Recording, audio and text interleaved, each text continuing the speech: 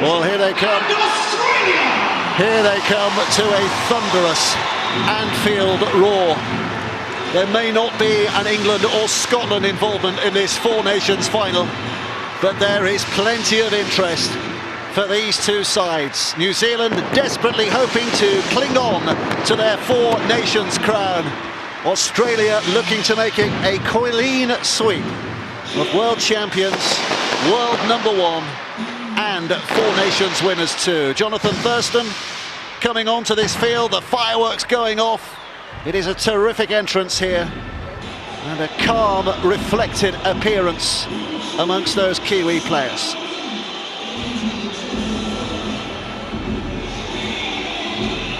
Stage is set, it looks magnificent, doesn't it, as well here. Anfield, not quite a sellout, but I tell you, not far away. And we're going to hesitate now for the anthems. The first is the New Zealand anthem, sung by Rogeli Paulo.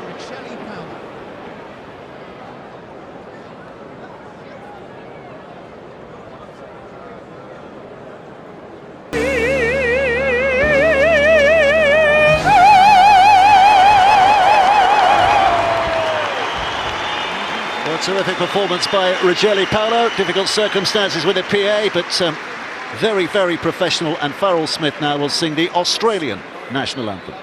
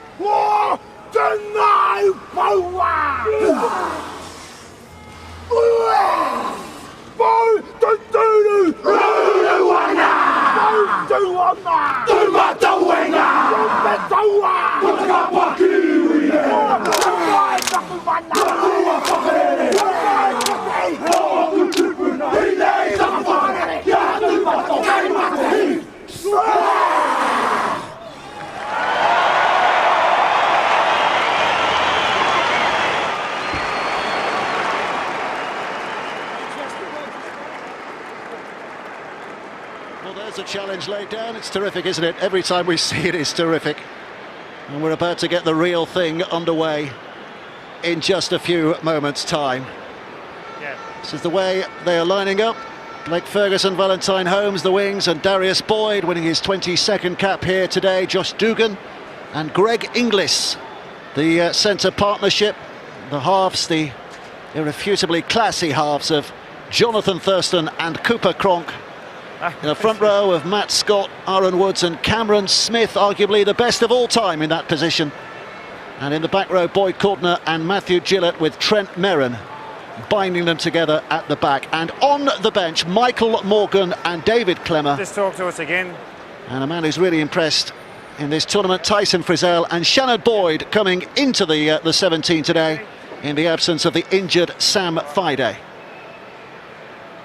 So New Zealand have had a particular selection headache, not amongst the back three. Kahu, Fositua and Rapana, the fullback and wingers, Solomona Kata and Sean Kenny Dowell in the three quarters. But it's at number 6 where they've had their problem. Tommy Lulai injured, so Tohu Harris, who we're more used to seeing playing in the back row, plays at standoff today. It's a position he's played before. His exceptional utility. Jesse Bromwich, Adam Blair, Isaac Luke in the middle of those. Another potentially really eye-catching player, Jason Tomalolo. Will we see the best of him today? Kevin Proctor and Manu Mahu. And on the bench, Lewis Brown, Martin Tapau, who plays, like his name suggests, with impact, and Greg Eastwood and Joseph Tapine making up that interchange bench. The referee is an Australian, Ben Cummins. Anthony Elliott, Chris Kendall, his touch judges, Bernard Sutton, is waiting by the TV screen should the video referee be required today. This could be very special. Their journey has taken them through plenty of wind and rain in this past month. It's not quite golden skies above Liverpool, but Anfield is ready for the coming together of these two great rugby league nations. It is a true heavyweight fight. The world #1 ranking and a Four Nations trophy. The prize for the winners today. Jonathan Davis, John Keir, how do we see this one going? It's going to be very tight indeed under Mal Meninga. Australia haven't conceded more than 12 points except for one game last week against England. And New Zealand haven't been quite so fluent with ball in hand, and that may well be affected with the enforced half-back selection of the Tohu Harris at stand-off half. Yeah, it's a shorter pitch as well, so the kicking game will be crucial. Australia have the advantage there with a number of kickers. Sean Johnson has to have an amazing game today. He's got to play out of his skin because he is the main threat and everything comes through him. So Tomalolo's been quiet but has the potential to be a match winner. Really looking forward to this game. Could be a classic. It's not a great start to the kicking duties, is it? Blake Ferguson patching that easily enough, and Australia back in possession. But we have seen glimpses of Johnson in this tournament, haven't we, as you say, Jonathan? But 2 years ago in that Four Nations final, he was electrifying when New Zealand downed Australia in Wellington. And the Kiwis as a whole followed his lead. And boy, how they need something similar here today, because Australia undoubtedly starting as favourites. Yeah, they've been in tremendous form throughout this Four Nations competition. All three of their games they've been very efficient with a great deal of flair also, and it all revolves around the 9-7-6 threesome of Cronk, Thurston and Cameron Smith. Well, there's Cronk with a kick. It's measured and taken by Fositua on this left-hand side of New Zealand. Well, get used to this. This will be a familiar theme, won't it? New Zealand very often will have to start from very close to their own goal line because of the efficiency of Australia. Yeah, relentless efficiency, that's what it is. And they forced the error. Late call by the referee, who on the field said play on. Jordan Rapana thought he'd worked an opening, but belatedly and presumably via a shot from his touch judge, he's given the knock on. Australia head and feet. But that's what they do, as I said, great yardage for the forwards. This is the hit. Is there a knock on or does it go backwards? I think the referee's got that right. He's lost the ball in the tackle there, he's lost control of the ball. And although the New Zealand side tried to play on, that's the correct decision from the officials, and it's a great attacking set so early in the game for the guys in green and gold. So here's Cooper Cronk with a feed eventually. Cameron Smith, these two Certainly in Cameron Smith's case, we might be seeing for the last time in England. That's a great cut-out ball, and Blake Ferguson, with less than 3 minutes played, scores in the corner. Australia starting in the manner in which they hope to play the entire 80 minutes, on the front foot and in the lead. Well, that's a marvellous try, isn't it? And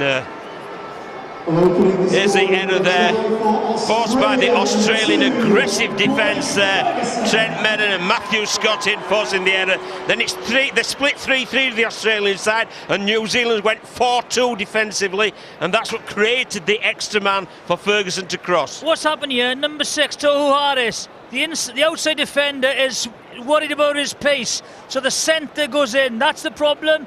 So the centre goes in, and there's a beautiful, beautiful pass by Boyd. So I've got Woods a step short on that right side. Well, he's having a great year, isn't he, Blake Ferguson, the Sydney Rooster winger. His international debut against New Zealand back in May in the Anzac Test. He's winning his 6th cap tonight, or today, and that's already his 5th try. Yeah, that will be one of the easier finishes that he's had as well, won't it? Created by that fantastic pass there from Darius Boyd. Absolutely on the money. It's typical Australia, you know, they see that there might be a weakness in Harris, you know, the half-back. They pick him out where he's defending, and they challenge him straight away.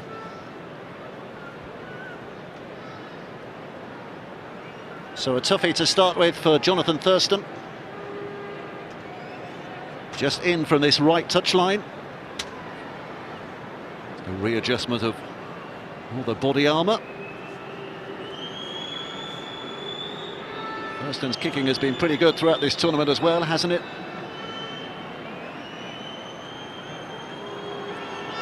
He's not going to be rushed, and he has just got it over there.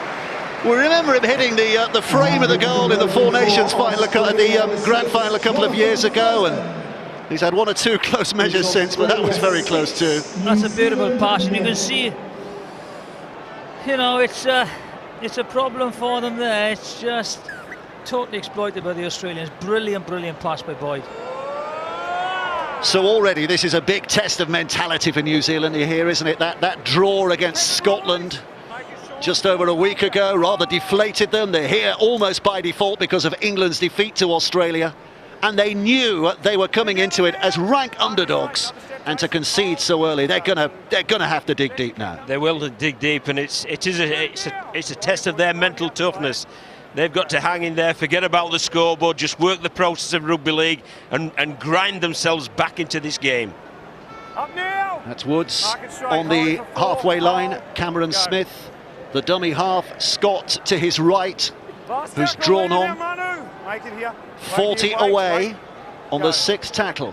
What price a kick here that puts New Zealand under pressure. Cronk got it away. Blair was right in his ribs, and that's a super take by Fusita. And there are a bit of afters here between Cooper Cronk of Melbourne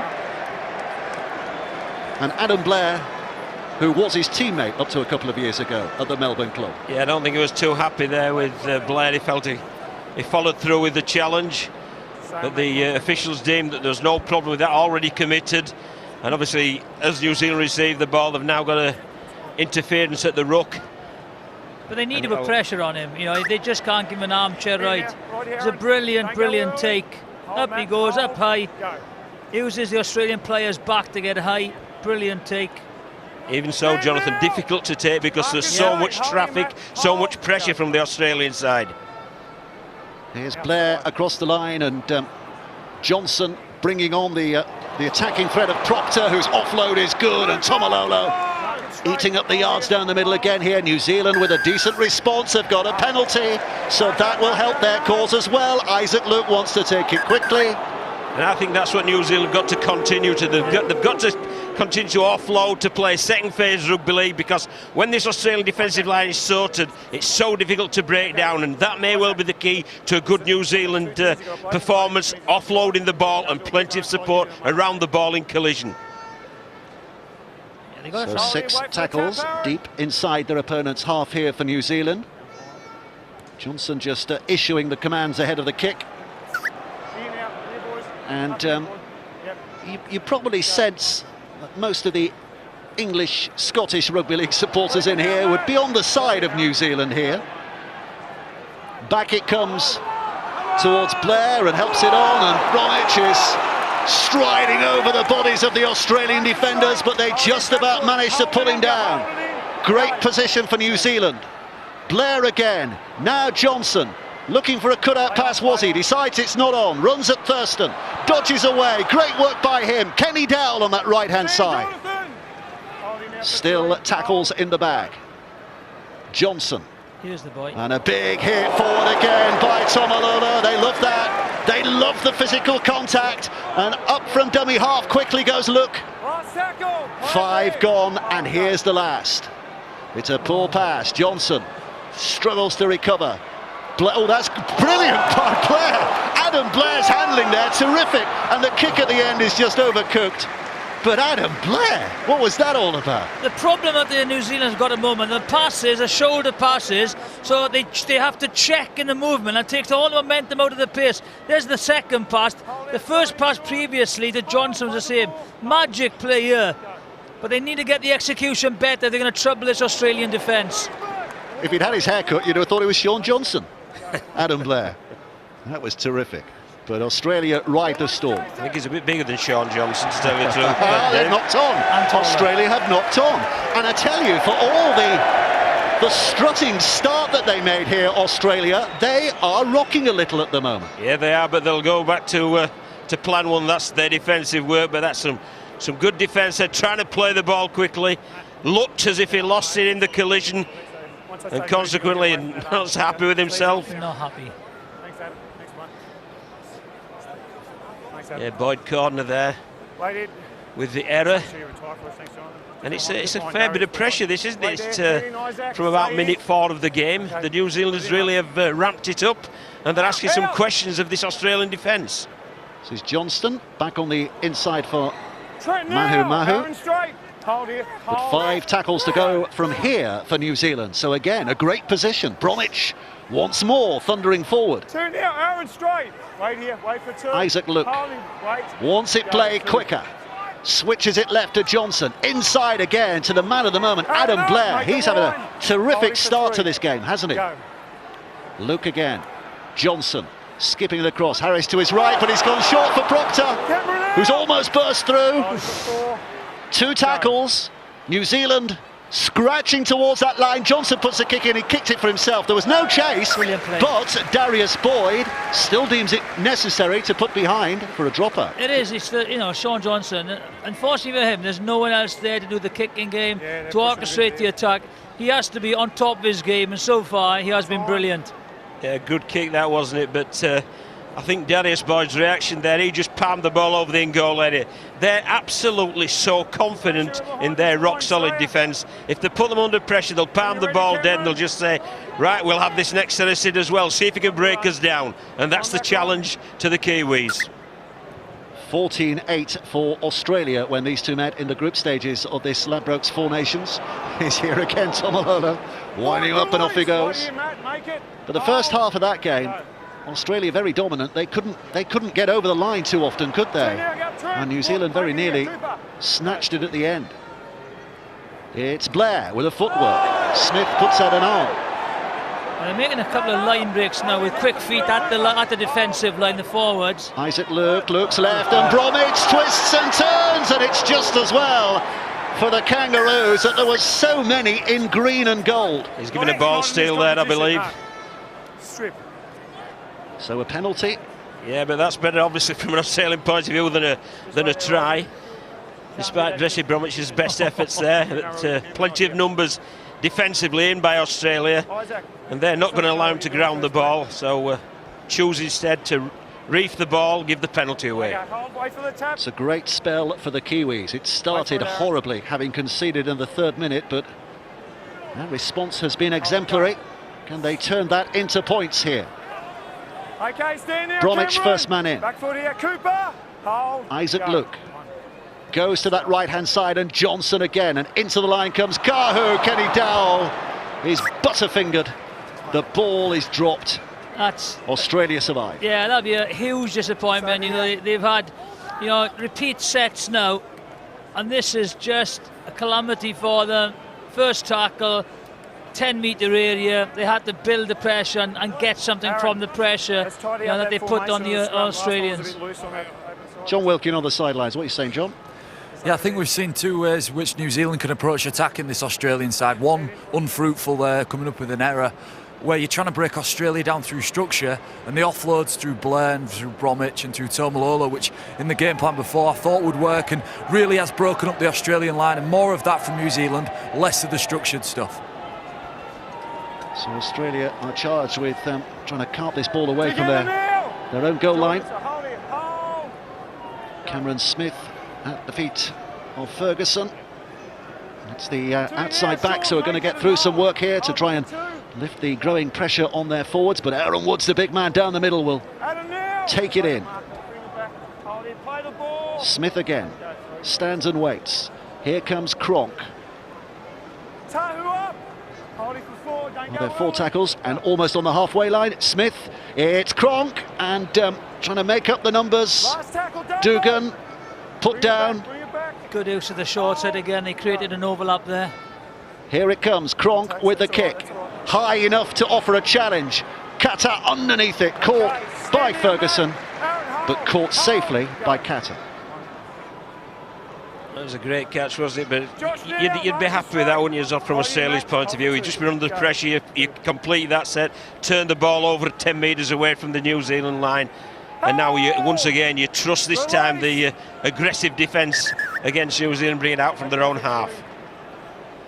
Rapana just stepped off the mark, so the referee ordering to go back and play that ball again. And some great footwork here from Kenny Dowell down the middle, who might feel he's got a point to prove against Australia. That match against Perth was a disastrous one for him, but look at this. Suddenly the ball back inside for Kenny Dowell again. They're creating the numbers. Johnson now makes some space, puts it out. Tohu Harris can't pick it up. Instead it's Valentine Holmes, and Holmes puts the foot down the other way. They're chasing here. Look how many back in black. But Holmes held up. New Zealand blow one chance, Australia work another. What a great passage of play there. More than a half chance for New Zealand, diffused by Greg Inglis, and now Australia countering immediately. There's a brick wall from Kata just as well. Desperate tackle there, numbers on the right hand side. Dugan, Cameron Smith, and down it goes Trent Merrin.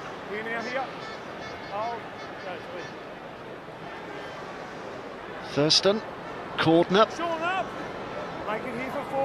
Still got a couple of plays to go here. Australia in very decent position. Merrin again flicks it away. Safe hands from Smith, and it's eventually into Darius Boyd, and Boyd's fat pass finds Josh Dugan.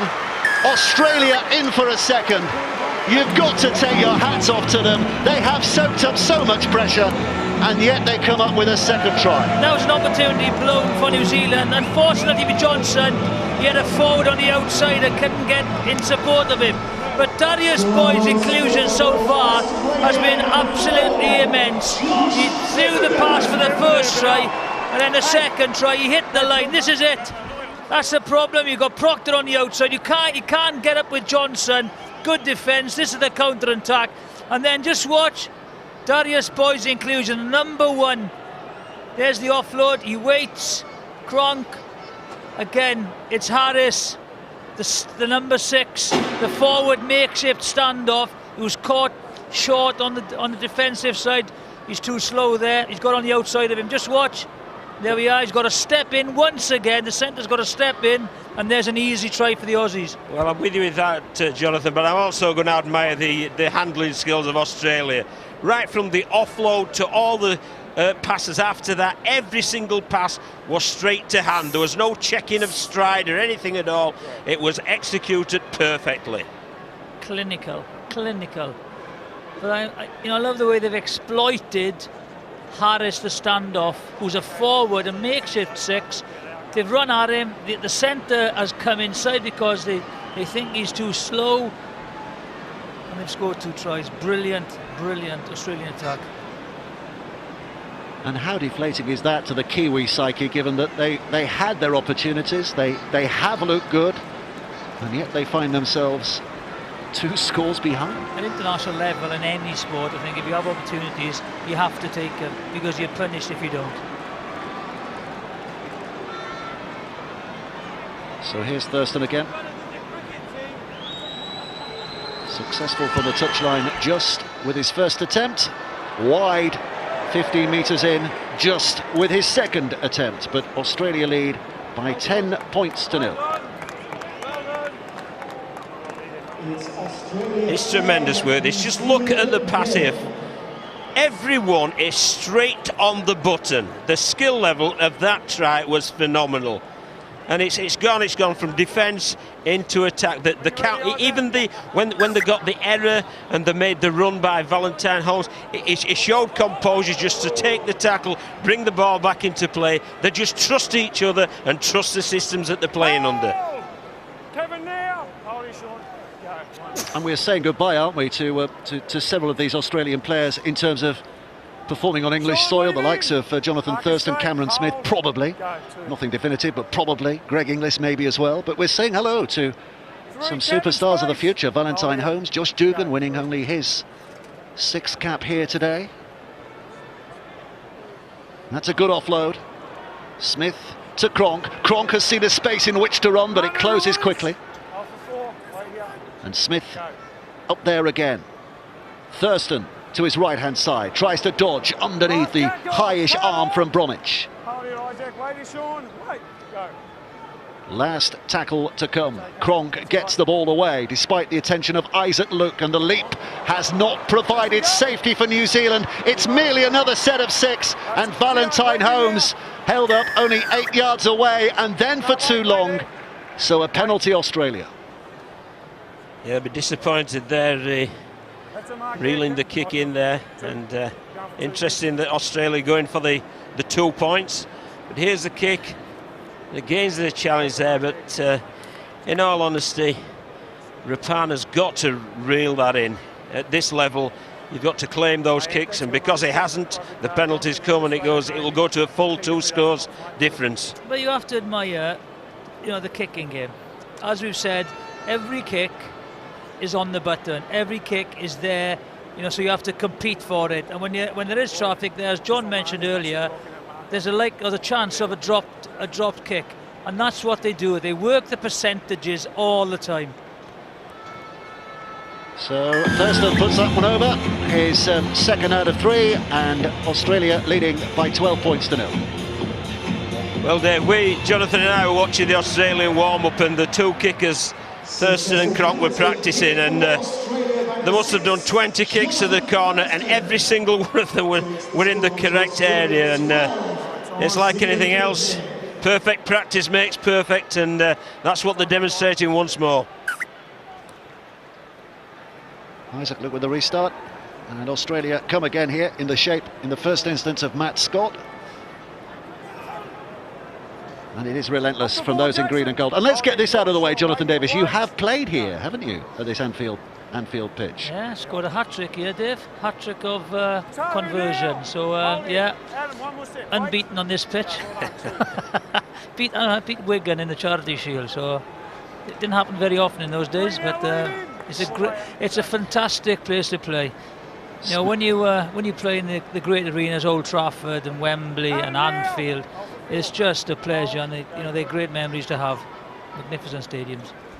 And it is a fantastically populated stadium as well here, given that it's a neutral final, if you like. No home nation involvement, but still plenty of people packed in as Thurston with the chip. Rapana, safer catch this time, an easier catch this time, but Boyd is trying to get up there and drag him down. And New Zealand start in familiar territory, 5 from their own line. Yeah, if you're going to practice playing Australia, I think you need to practice a lot of sets starting from within your own 5 metres, because you'll certainly get plenty of opportunities to execute them during the game. Kenny Dowell. Oh, that was clumsy from Isaac Luke. He tried to cover his mistake, but... And again, forcing, the error, and look where they are again. Well, it's the field position, isn't it? I mean, possession's about 50-50, but the field position's certainly been Australia's favour, and it's been helped by errors like that from Isaac Luke, just trying to generate a bit of energy, a bit of speed into their carries. And unfortunately, it's an error. When you look at players like Andrew Johns and Lockyer and Wally Lewis and Brett Kenny, look at the errors made. maybe as individuals, maybe they were better players than Cronk and Thurston and Cameron Smith. But as an unit, I don't think I've ever seen better, in the game of rugby league. Well, Queensland's success has been based upon those three, and Australia's success has been as well. And here's Darius Boyd. And Australia pushing hard at this New Zealand line again. Cronk goes left to Scott. Another of the North Queensland connection. Now it's with Smith, and a short pass and an easy route over for Trent Merrin. New Zealand defenders will look at themselves on the back of that. Merrin crashes over. A third Australia try. Boy, do they want this Four Nations crown. They want the Four Nations crown, and they want the #1 slot down there of the within the Rugby League World Rankings, and they're going to get it on the evidence of the first 25 minutes or so. Trent Merrin, often one of the unsung heroes of this Australian pack. There's a lot of the grunt, the unsung hero stuff, but there they've isolated him one-on-one. The New Zealand defender's looking for the backman play, and it's a beautifully weighted pass from Cameron Smith to Merrin, and just allows him to get one-on-one with the defender and crash over for a good 4 points. A very, very well-worked 4 points indeed. Well, they've enjoyed that. He's given up a thing or two. There's Cameron Smith. If you just watch Cameron Smith, right, when he picks that ball up, right, and he just feints to go the other way and then go back the other way, he just keeps the defenders honest at the tackle. It's nearly, you can't notice it, but just watch him as he feints to go right, then he goes the other way and just holds the defence. Well, we're going to have a look at that in just a moment. We'll watch the conversion first of all from Jonathan Thurston. It's a little delayed here because I think the Kiwis were trying to hide the ball. That's one way of stopping Australia scoring. Yeah. But they had to give it back eventually. But you can't say there's an indicator for the Australians to where's the ball going to go, because they've got so many accomplished ball players, so many creators of attacking opportunities. So already a fourth attempt at goal.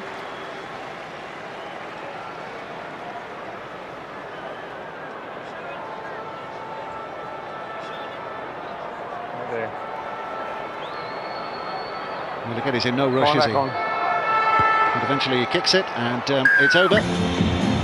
So it is 18 points to 0. Australia now lead. And the role that Cameron Smith played in all of that, Jonathan. Yeah, just watch it out. Gets the ball. Well, you just can't really see it from that angle, but even then, Jonathan, he takes the ball up and he interests the defender, just interests him enough to turn him in towards him before just giving the softest of pass to Trent Merrin for him to crash over. They really are the skills that execute it to perfection. 23 minutes played. Australia leading by 18 points to 0. Up here, we're sitting back and admiring what Australia are doing. What about down on the sidelines, John Wilkin?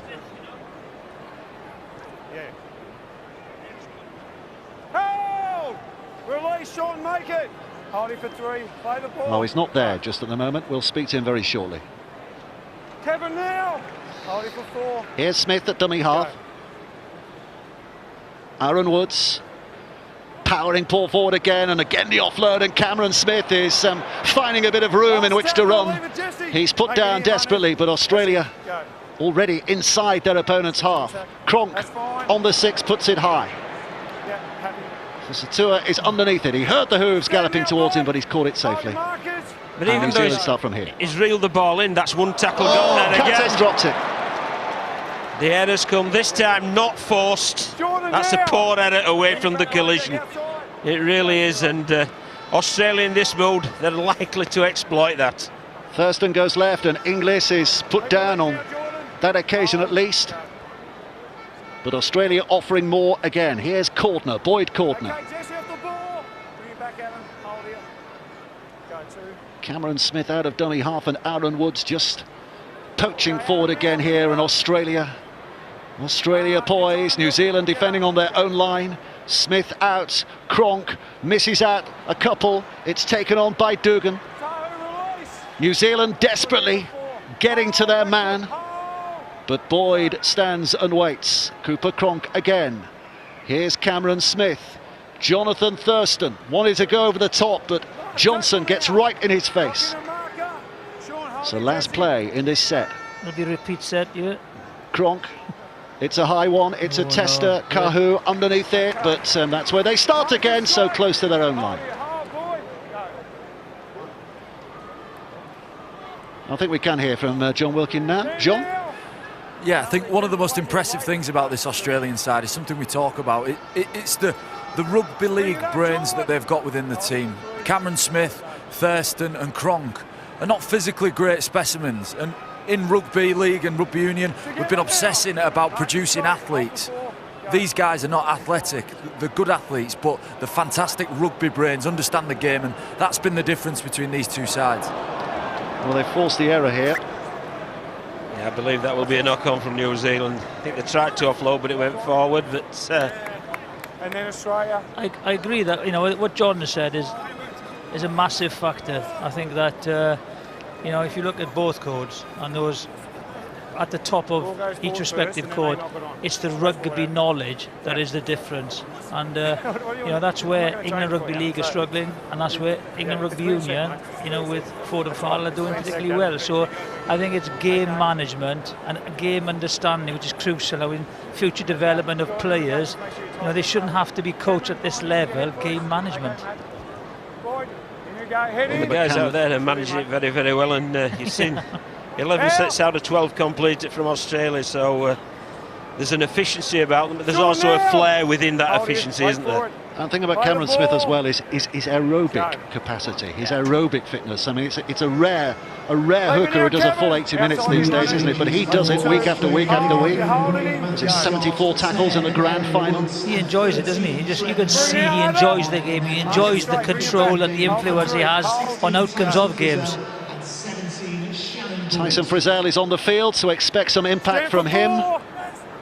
Smith again at dummy half. Australia again poised, looking to deliver another of those punches. Taken on by Shannon Boyd, the big fella. Real big fella. Chases wild pigs back home.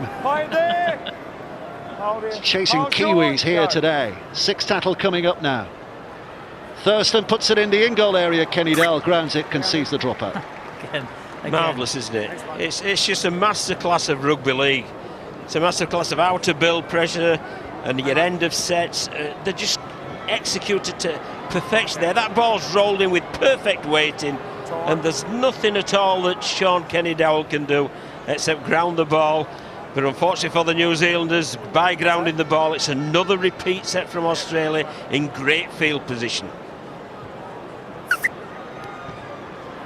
So he's looking for touch here, Isaac. Look, a little bit of lift of pressure, but he's not found it. Instead, he's given Australia some fairly cheap yards here. So they start, and they get there's another penalty given away. Martin Tapau has just been announced as coming on, or having come on. Looking down below, Greg Eastwood is about to come on for New Zealand as well. It's Clemmer, who's taken Australia to within 10 metres again. A real platform from which to work their magic. Now it's Frizzell. The Kiwis hanging on. Frizzell is slow to his feet. Yeah, high shot that one, I think. Again, it's a late call from the referee, isn't it? It was. I don't think he's holding him down there. I just thought he thought that Frizzell was injured. 2 points. Yeah, that's a brilliant decision. Look, that's 3 scores, 18 points. There's 3 converted tries, 20 points. They've got to score another, another try. So just take the 2 points. Yeah, and it was high, no doubt about that. Contact with the right arm with the head. So they have to give that, and as Jonathan rightly points out, this will make it a 4-score game. And as we said earlier on, under Mal Meninga, the most they've conceded was 18 points. That was last week against England, when they also scored 36, by the way.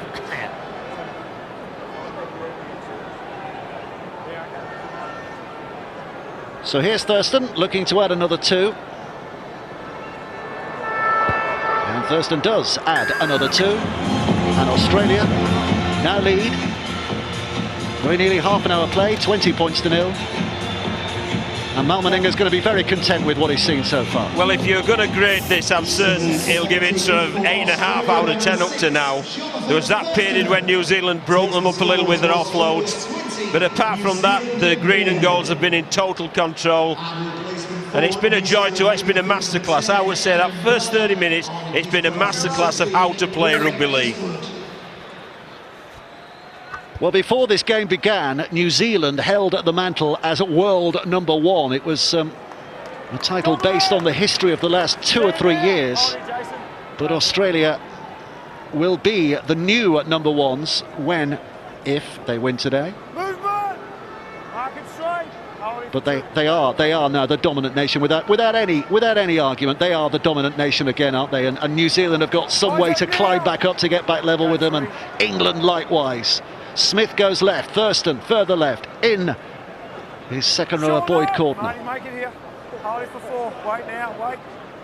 Smith inside for Tyson Frizzell, who John Keir had as a Welsh international player.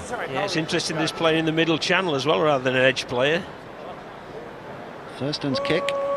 Rapana takes, Australia rush, and New Zealand start again 5 metres away from their own line with a big job to do here. And they're not going to ease up, the Australians. They just keep playing the patterns. Good yardage, good kicking game. I don't think it's in their nature to ease up, Jonathan. They won't loosen up or nothing. You know, they'll just do the same old things, grind the result out. Australia, the Kiwis have got to try and get back into this game somehow, and at the moment it's very difficult to see, because look at the different yardage. They're now kicking from within their own half, whereas the Australian kickers are kicking maybe on the opposition 40-metre area or even 20-metre area. Well, it's the first play of the ball that's the indicator, isn't it? We've said on numerous occasions that New Zealand's first play of the ball is within 5 metres of their goal line. Australia's inevitably tends to be between 20 and 40 metres away from their goal line. Here's Boyd. It's a 9th try or 4 nations that we've had. Australia have been in the final of all of them, and it looks like they're going to win their 6th here. This is a good run from Dugan, and Cronk carries it on. Thurston's there to take the ball. Johnson stops him in his tracks. Little bit of help from Eastwood, but Australia covering ground rapidly, and here they come again. Cronk now dummies the inside ball. New Zealand are on the ropes. Last tackle, Smith again. Comes right, Thurston. Grubber, superbly flighted, and Josh Dugan might have had the bigger appetite to get there first and get fingertips on that ball. We say might, because the referee, Ben Cummings, is going to the video ref. So let's hear for the first time today from Bernard Sutton. Please, mate, from a high shot. You can pause it on the boot. Tackle 6, try. Okay, kick chase on the right-hand side is onside. Stay on this, there's no interference. Now can we go something slow and continuous from ground level, please? Nice and slow here. Nice and slow. You see Josh Dugan's hands coming through. Okay, have a decision. The ball's been grounded. That'll be a try going to the board.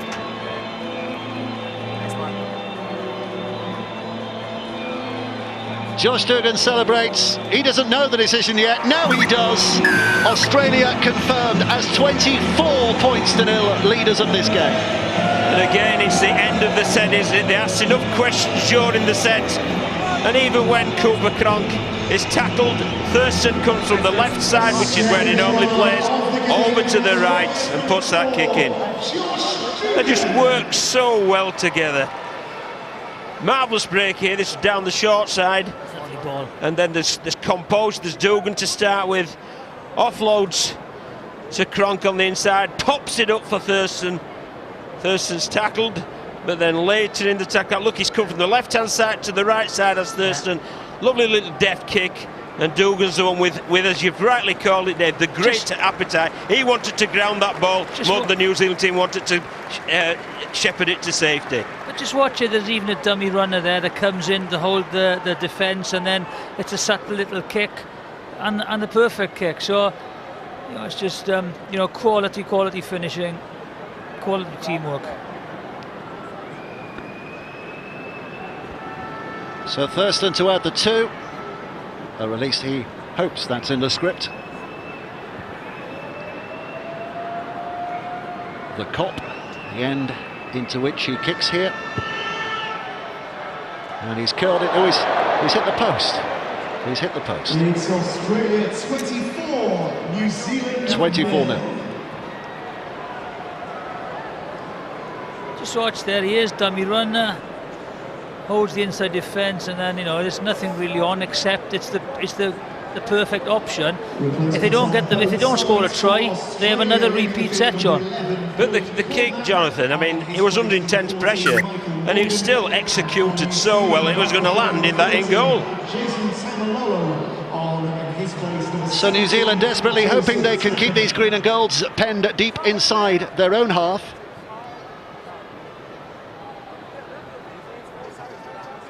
But the history of the last 34 minutes tells us that's going to be difficult. Smith, left again, taken on by Shannon Boyd. Wants to get the arms free, can't do so, goes down with a ball in hand. Smith's up there, the Major General in the middle again. A step from Michael Morgan, who offers impact in a different respect. He's got fleet of foot, sharp step. Thurston left, juggled, kept hold of by Frizzell.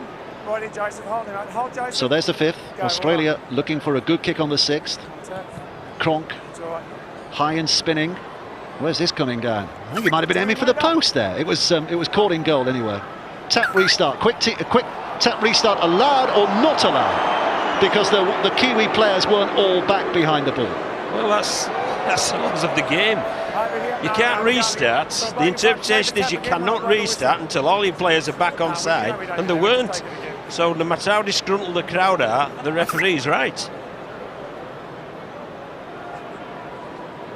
Well,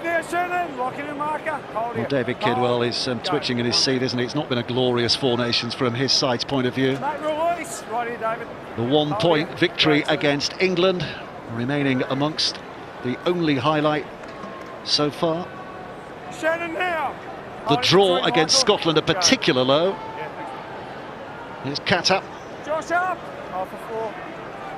And now Isaac Luke. Inside of him is Tohu Harris. Looking to run free here, try and create something for himself. And that's tackle 5. So on the 6th, Isaac Luke gets in there. Sean Johnson, where's the magic? There's the pass. But Kenny Dowell is being herded towards the touchline. And then the kick in desperation from Rapana. Clearly dead by a distance. And that's the difference again. You know, Sean Johnson is the only kicker, so they close him down straight away. Whereas the Australians have got options. Yeah, it was a rushed end, wasn't it? That was a bit of a panic end rather than a structured, composed end, which is what we're seeing from Australia. I mean, I agree with you, Dave. I think New Zealand can be disappointed, etc., etc. But I don't think we should take anything away from this Australian, this masterclass of rugby league. Yeah. Cautious look at the history books, by the way, tells you that Australia's biggest win against New Zealand was 58 points to 0 back in 2007. Might just be occupying our attention as the game goes on, and look at that, what a response. Inglis and Morgan, I think it was, in there quickly. Kahu thought he was in safety, suddenly he's back in peril again. Well, they'll just show you something different then. This time we'll get a repeat set by a distance kick from Cameron Smith out of dummy half, then a great chase and getting manhandled by Greg Inglis. Just picked him up, took him over the in-goal area and dumped him down, said, right, we'll have the ball for another set of 6. They just do everything, you know, so well. It's Boyd on the catch. Clemmer with the big return. New Zealand spirits wilting, no doubt, because it is relentless. There's more to come. There's another 40 minutes of this extraordinarily good Australian performance. Thurston And it's run on hard, and it is not quite from Inglis. Still struggling. Thanks, mate. Yeah, just wait. Well, the referee is going to have a look here. Tackle 3. No He try. thinks no try on the field, but it's up to the video referee. So let's hear again from Bernard Sutton. Tackle 3, no tries, the live decision.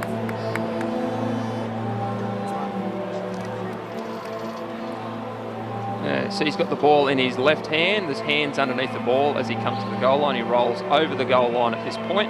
The ball is still up, still up, still up. Keep it moving, please. Keep it moving. The ball's still up. It's now going away from the ground.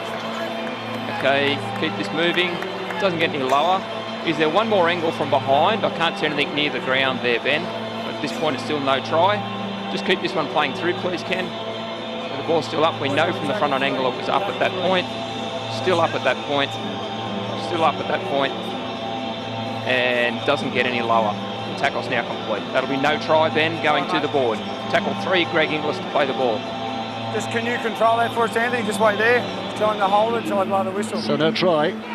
Held up, but they just go back 10 metres and start again here with 3 more tackles to come. Yeah, but well done, Jordan Cow and Isaac Luke there. There was an element of desperation there, wasn't it, to prevent that?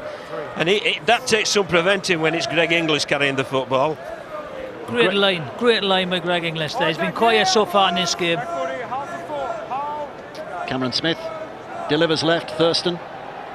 Still running into a bit of a cul-de-sac with a brick wall at the end of it. Stand, last tackle. Takes the tackle from Tapau. Cronk, measured flight kick again in midair. It was caught by Ferguson, kept alive, still the 6th tackle. So Cronk this time will kick to the other side. It's Kenny Dowley's back there, not only to take it, but to find a bit of space in which to run. And he just had Inglis dragging down and lowering his expectations. Yeah, the crowd got a little excited there. They could see a bit of fresh air for the New Zealanders there, but quickly closed down. And interesting fact about that kick as well, normally a right-footed kicker, Cronk, he kicked it with his left foot that time, just to something different. 3 now, David. Hold here, hold. Go, 3. Lewis Brown on the field in that dummy half's position at the moment.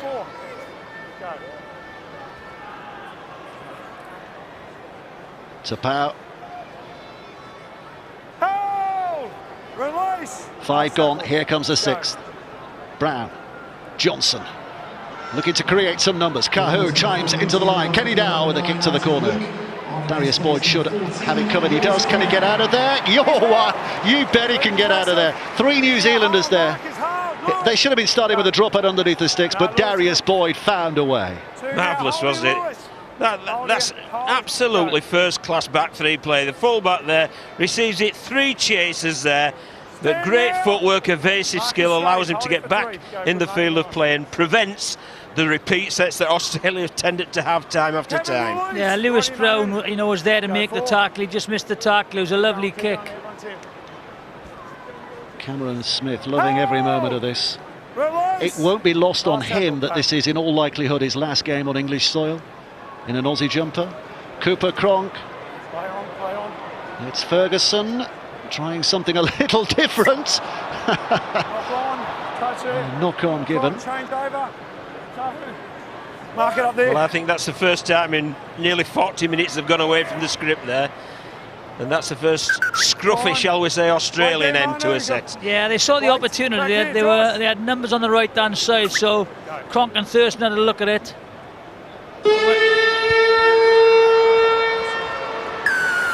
Well, it's not quite finished the half because New Zealand have a penalty here. Mal Meninga getting out of his seat. A lot of people around the stadium getting it out of their seats, but still a little bit of action to go. Well, they'll get 1 play, won't they, from the tap restart.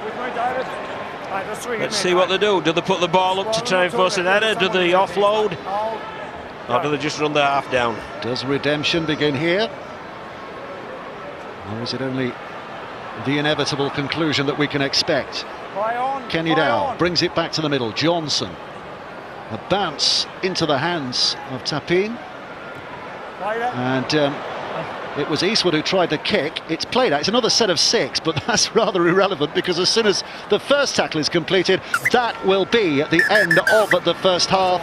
Australia leading here by 24 points to nil. As a final, no contest, but as a demonstration of high-class rugby league, Australia have no comparison. That has been a super show from the men in green and gold in that first half. And let's hear from Tanya Arnold down on the touchline. Jesse, how tough a half that for you guys? Yeah, obviously very disappointing. We come here with a game plan and I think we've just been putting pressure on ourselves, so hopefully we can go on there at half-time and come out a better team. How frustrating that you had your chances there, you just needed to be a bit more clinical. Yeah, we had our chances, we just couldn't execute, you know, and that's something we talked about, so it's very disappointing, but like I said, hopefully we can come out a better team. Thanks for your time, Jesse. Cheers. Let's bring in Greg and Liz. Greg, you must be thrilled with how clinical you guys have been. Yeah, obviously, you know, we know they're a great quality side. We've struck power across the park, so, you know, we've got another 40 to go yet. Are you expecting the message to be more of the same from Mal-Meninga? Yeah, exactly the same. You know, we're not coming out, be ready for anything and just play our game. If we improve on that there, well then, you know, I think we'll, as a team, we'll be satisfied with that. Thanks for your time, Greg. Well, sometimes you have to just sit back and admire what's good in sport, don't you? And he's very good in his sport. And he's not bad in his, but he's on a team that is getting beaten heavily here. The Australians showing their pedigree and their class in that opening 40 minutes. Question is, have New Zealand got a will here, a desire to respond in this second half? Or will it simply be Australia rolling it out again, that terrific performance that we saw from them in the first half? They will not be taking anything off the pedal, will they, in this second period? They'll want to score as many points as possible in as classy a fashion as possible. Well, I'm certain they'll have talked about being ruthless within the changing room and about the 0 against the New Zealand scoring roster, but the first half was a masterclass. They were outstanding with Australia. New Zealand really need to work hard, and as Robbie Hunter-Paul said, their focus needs to be perhaps on attempting to win this second half. Thurston looking immediately for Frizzell to offer an impact here. 6 tackle is the next, so Australia will be going for the kick from Cooper Cronk. Up it goes. It's again not a real tester for Rapana, but Australian defenders quickly around him to make sure the yardage is kept to a minimum. Jonathan. Yeah, they're not going to change anything, the Australians. Such a perfect first half. You know, they'll do exactly the same thing.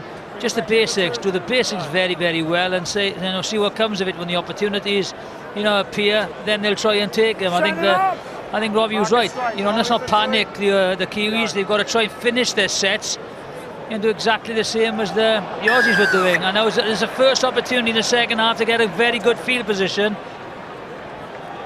Tapau taken high.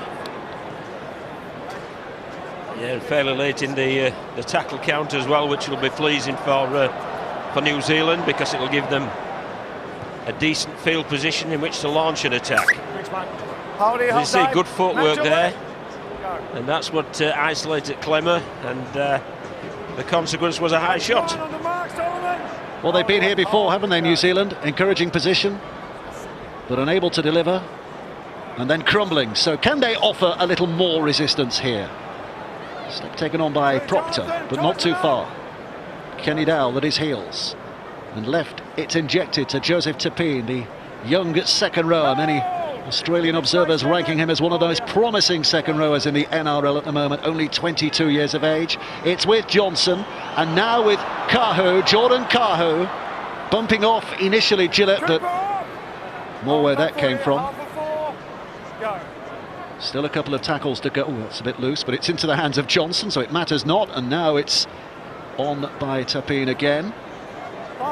So final play in the set. What can New Zealand do here? Can they put pressure on the Kangaroos, at least get another set of 6? Well, they'll rush in here, but Boyd again has found safety back in the field of play, and the second attempt in their frustration, New Zealand, after the tackle was completed, put him back. And not only that, they say a word out of place, so what should have been a defensive set with Australia starting on their own line is suddenly a relieving penalty here. Yeah, so let's hear what they were saying in the dressing. This will be interesting. What was being said in the dressing rooms at half-time, Tanya? Well, David Kidwell first said our ball control let us down badly. We need more possession, we need more of the ball. He wants a good kick and chase, and he needs them to tighten up the defence. Fairly basics with then. Mal Meninga, not surprisingly, very happy with the first half. He says this second half is now all about the defence. He wants the first contact, downing them in one. He told them to forget about the scoreline. He's looking for effort, attitude, and that we complete our sets. Dugan goes wide to Ferguson, who's got a bit of width and throws it back, and Cronk is there to catch. Fortune favours the Australians, making their own luck here again. Smith. It's now with Klemmer. Three tackles. Cameron Smith sizing things up. Thurston switches it back for the big fella, Greg Inglis. Always a handful, dealt with. Hold it, back foot. So here's Smith again, the general in the middle, the accountant as he's known in Australia, always calculating. Boyd now across that right-hand side, creating space for himself as it happens. Has he dragged himself over the line? Referee will have a word with the touch judge. Video ref's going to be involved. Turning, tackle 5, have a try. On the field. See how that ball gets, is Darius Boyd to the line going to be given this? There, it's all down to the video referee again, Bernard Sutton. Darius Boyd there. Darius Boyd has the ball, tackle 5 try. So he has the ball, it's on his chest at this point. Hasn't promoted the ball, this is all momentum. Still momentum. Okay, so it's momentum that gets the ball, there is no promotion. We need to make sure that it did in fact touch the line. So is there something from side on, please, Ken? Is this the best angle, mate? So it's on the ground at this point. It's now come off the ground. It's on the ground again, Okay, it's now over the line. Is that the best angle, Ken? Okay, the bottom part of the ball is actually shaded at that point, Ben. Is that the best angle? Nothing from side on. Just have a look for some other angles. So we go nice and slow here, please. Nice and slow here. The ball is over the line. Hold it there, please, Ken. Just roll that back a frame for me. Just roll that back. Hold it. Now go forward from there. Hold it there, please, mate. Ben, there's insufficient evidence to overturn the live decision. That will be a try. There's no promotion of the ball, and it definitely gets over the goal line and appears to be on the line. Well, the classic, was it or was it not? And the on-field decision is what they go with in the end. Darius Boyd is given the try. 28-0, kick to come. And it's hard to argue against that. And Jonathan Davies called it in the first half that Tohu Harris defended 2 in from the wing. They really are questioning his pace, and Darius Boyd does it once more. He goes at him, goes to his outside, and it becomes a foot race. And although he works really hard from the inside, just can't do enough to prevent the ball just brushing the whitewash there.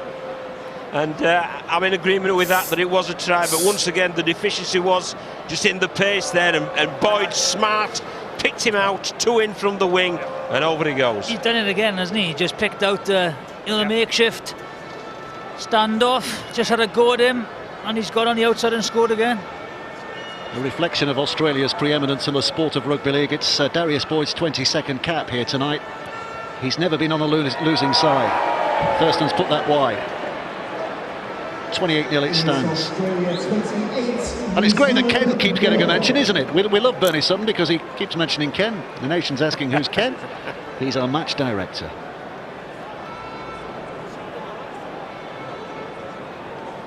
David Kidwell. A long afternoon for those two gentlemen. Yeah. So on we go again with Johnson with the restart. Australia bringing it back. Okay, Kevin. Just the start to the second half that New Zealand didn't want. Now, Greg, give him space. Hold him. Joseph, no, that's it. Cameron Smith goes to the left. Late run here by Tyson Frizzell. Gathered some yards in. Smith waits and collects again, and again they plough down this blind side. Mark it straight. Go. Smith. Inglis. Up now. Taken just below the Good knees. tackle. Has to go back and play it on the point in which he was tackled. Cronk gets the kick high. Again, it's a fairly simple catch here for Jordan Kahu, and he's doing a good job at relieving a bit of pressure, but it's still very deep inside their own half that they start, New Zealand. Yeah, it's really interesting there. When they're bringing the ball from their own end, Australia, they're often peppering the New Zealand right side, which is Sean Johnson. And then when they get in good ball, in attacking opportunity, they shift it inevitably to the New Zealand left-hand side, which is obviously Tohu Harris. But the New Zealanders will be pleasing for that because, again, a penalty and a bit of a reliever with regard to field position. For easy yards as well, you know, to see how they pick the short side, the short little passes on the short side, make good yardage. You know, Inglis is always on Cronk's shoulder. Maho. So, decent position here, New Zealand. How do you fare in the next 5 tackles? Harris takes it in. Dummy half is Lewis Brown. Johnson, oh, it's a juggle, but Eastwood keeps a hold, has to turn and barge forward. That's the maximum of expectations in that position there, really. Brown again. The crowd are getting behind New Zealand. They'd love to see them score a try. Step attempted. Tackle completed. 2 more plays to go. Brown picks up. Now it's Johnson. Johnson into the teeth of the gale and can't get out again. So with Johnson, their main playmaker, on the ground, they go on the 6th tackle and simply try and run it and offload, and the risk does not provide reward. And that's the difference. Sean Johnson is on the ground. No one's there. Takes responsibility to, you know, to take the kick, and maybe what they wanted there was a repeat set. Didn't happen. And again, very alert, and once again, the defence of Australia on their own line, not found wanting in any shade or form. Well, a couple of years ago in Wellington, we mentioned this earlier, New Zealand winners of the 4 Nations, and by my reckoning there are 11 players in this 17 today who were involved that day. So they've clearly got the capabilities in their side. I think it is more an underlining this tournament of how Mal Meninga has rebuilt this Australian side and put them right back on that pinnacle again. They were never far away. He's an outstanding red team coach, isn't he? She's proved that with Queensland over the years, and obviously he's now starting to prove that once again with the green and gold. And you know, with Smith, Cronk and Thirsk towards the end of their career, they're going to take some beats in the World Cup next year. They really are. Yeah, they've had a great spine for a long time now. You've got to remember, you know, you got Billy Another Slick. risk. Dugan has it back. Australia have it back. Easy yards given to them. Thurston hurling it left. Inglis away from the advancing Rapana, still carrying it strongly. Rapana's been left on the ground and injured. Australia allowed to carry on. Thurston, little umbrella of defenders around him, so he can't really get a pass away. Smith, driven by Clemmer, edging closer and closer, and Smith has a look around and knows there are options right and left. It's Cronk on the right, the short ball there. New Zealand matching them just for the moment, but Australia with plenty of promise. The Kiwis defending with only 12 men on their own line at the moment because Rapana's still injured. The kick is probably too high. And Kenny Dowell did not want to take the risk there when it looked as though that was going out on the full. I think he had to play it. You know, he had no idea who was around him. I don't think there was a call. My question, Jonathan, should he have caught it? He catches it, lands in goal end. It's a 20-metre tap. I think he should have caught it. It's hard enough defending Australia with the best, but to give him a free set, if he catches the ball there, lands in goal, it's a tap 20. What he's done is palm the ball out, and it's a drop kick out to Australia. What he needed to do there was back his own ability, his own skill to catch the ball, land in the in-goal area, and tap on the 20. As it is, repeat, said Australia.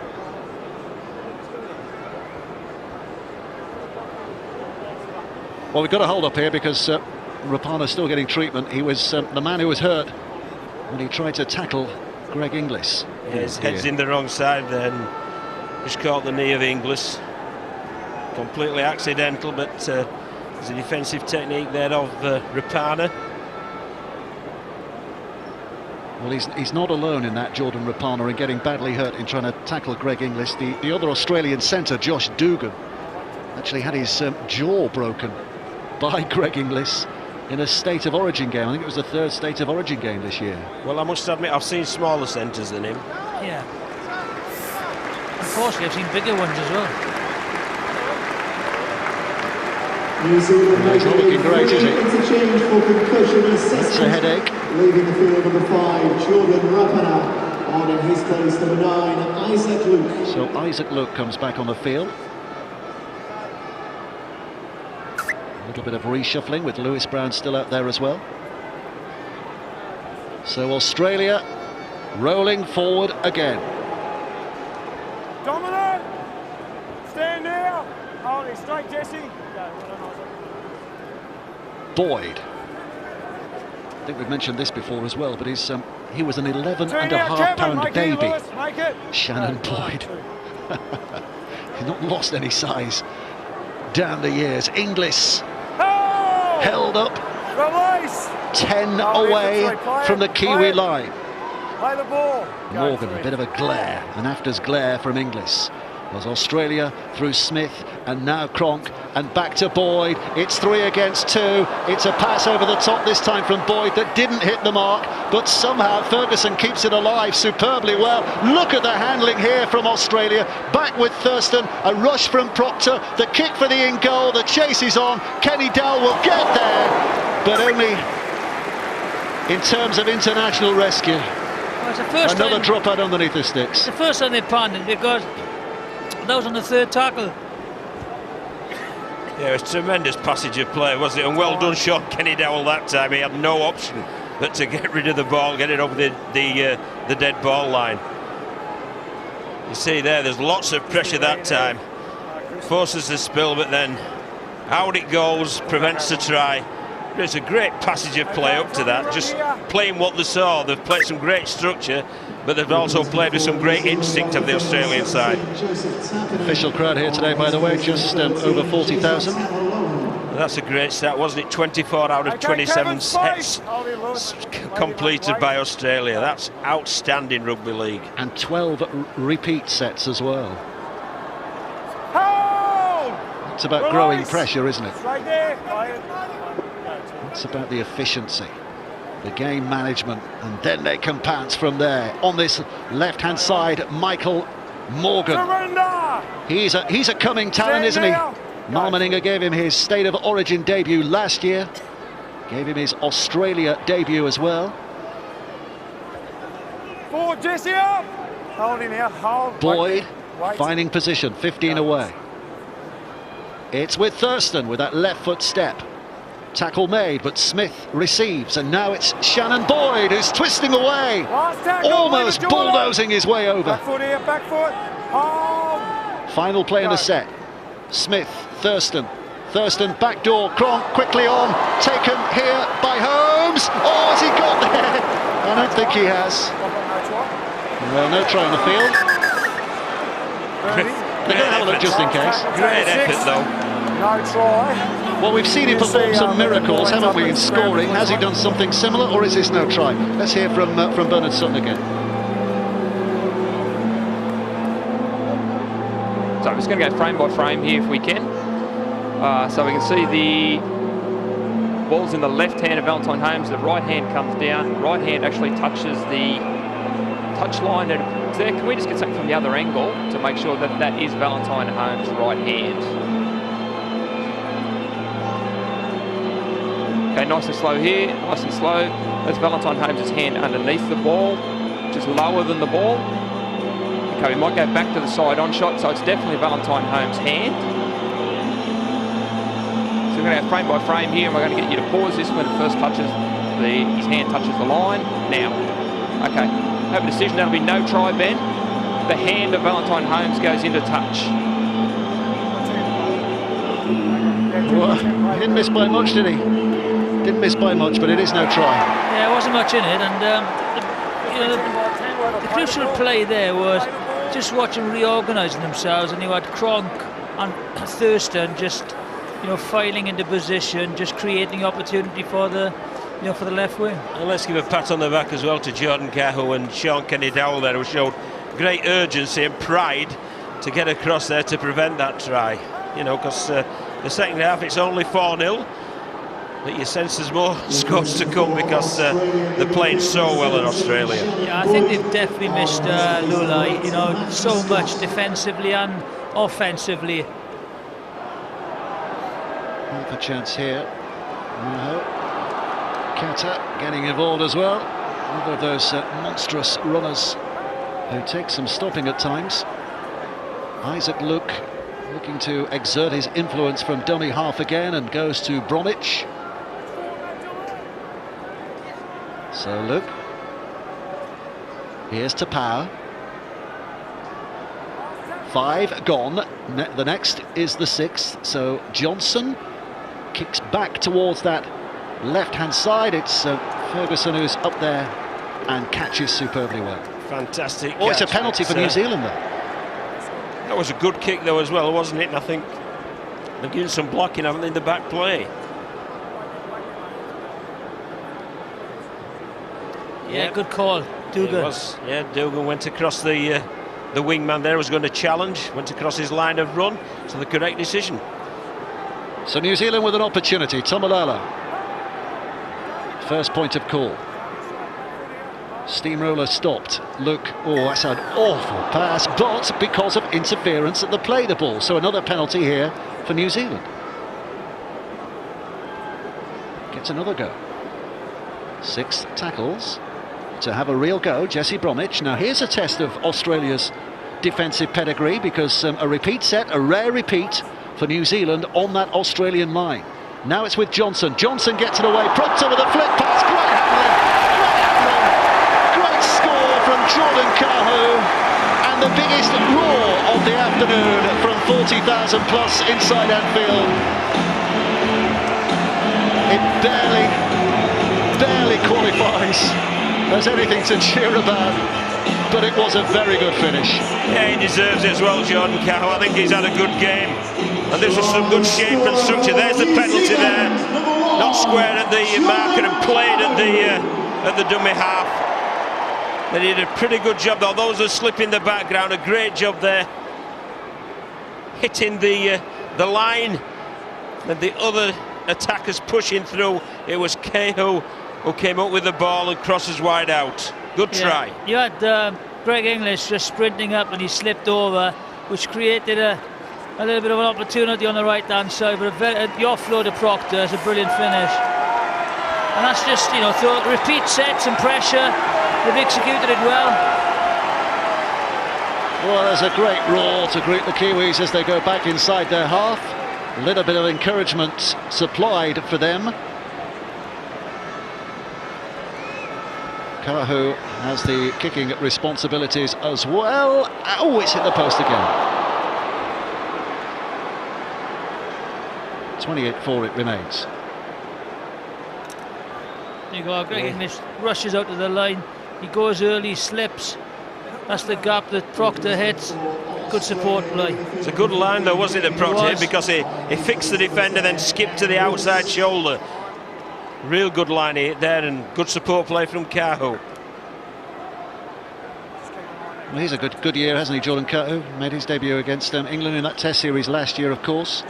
It's the first time we got a chance to view him over here, but certainly at club level with Brisbane.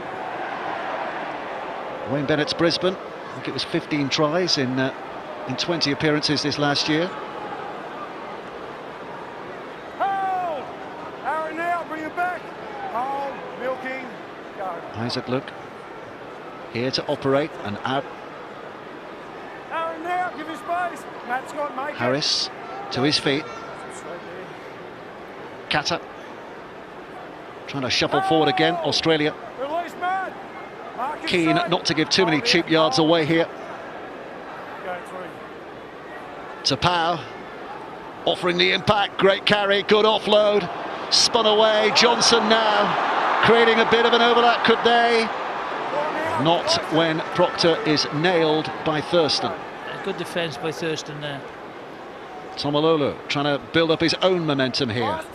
5 tackles gone again though. So Isaac Luke to Johnson. Johnson steepling it high. They're trying to isolate Ferguson. The chase is on. Ferguson again, a good taker of the ball. I think it'd be a lot. Yeah, I think it'd be a lot better if they went, to the other wing. I think Valentine Holmes, because Ferguson is a very, very tall winger and extremely good in the air. So if you don't put any pressure on him, he's going to take this all day. But you would be very happy from a New Zealand point of view. There's 2 tackles already gone. Yeah. Third tackle and they're within the 10, and that's similar to what Australia were doing in the first half. Putting the ball high, putting it just short of the goal line, and then challenging the opposition to clear their goal line. So we're seeing a response here from New Zealand. Inglis, though, with a great break, and then the pass to Valentine Holmes. Holmes with a step inside Kahu, gets the pass away to Darius Boyd. Boyd throws behind Cooper Cronk, who still chases it, knows he's at Anfield, tries a bit of soccer skills. He's not very good at that, and Kata drops on it. But it was a voluntary tackle, I think he's given here. Has he? He's certainly given the penalty for Australia, and it's all getting a little red-blooded now in the middle. Yeah, I think he's, as Josh Dugan's gone down to tackle him, I think he's put his feet up. I am very difficult to see from the stand if it was intentional, but he just took Josh Dugan just run into the feet. I think it was Kata. Just what? Oh, yes. There you go. You can't do that. No. And Dugan not enamoured by that action. There's a slam dunk then.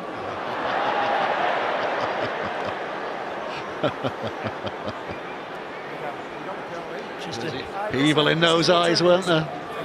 So you've got the penalty. I don't want anything after that, okay? Just be responsible with that. Solomon.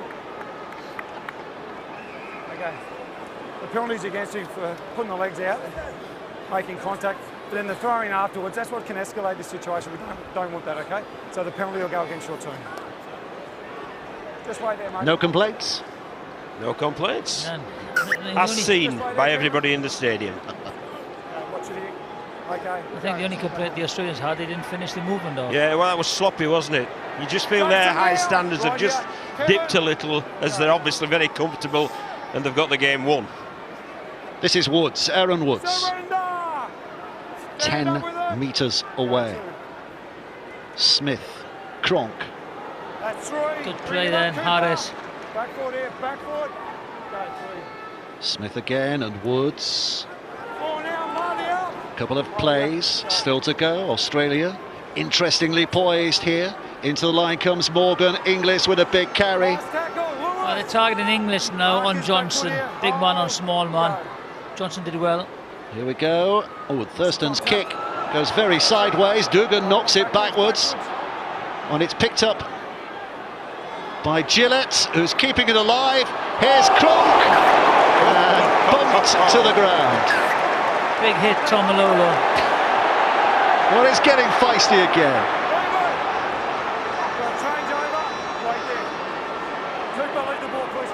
Mark it there, Cameron. Jason Tomalolo and Cooper Cronk were joint Dally M winners, weren't they, in Australia this year? Joint Players of the Year. Well, there was a little fight going on here as to who should keep the trophy. Oh. Up there, Owen. Hold it for one. Marcus, hold in the middle, Matt. Go, one. Harris. Cooper off the ball, bring it back out. Very much in that second row's position now. Go, 2. Kenny Dowell. Aaron now, bring it up, Sean. Go, 3. Pick up the marker. To Powell. Up and just beyond the halfway line. Leave it, bring it back. Now it's with Isaac Luke.